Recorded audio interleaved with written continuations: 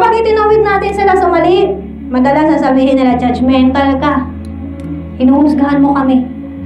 Pero tandaan po natin, hindi tayo, hindi ako, hindi ikaw, hindi tayo ang humuhusga, kundi ang salita ng Diyos.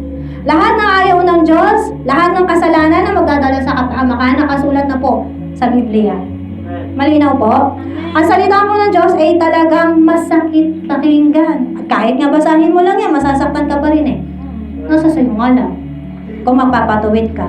How you will respond to the Word of God, nasa sa'yo yan. Magpapatuwid ka ba o magmamatigas ka?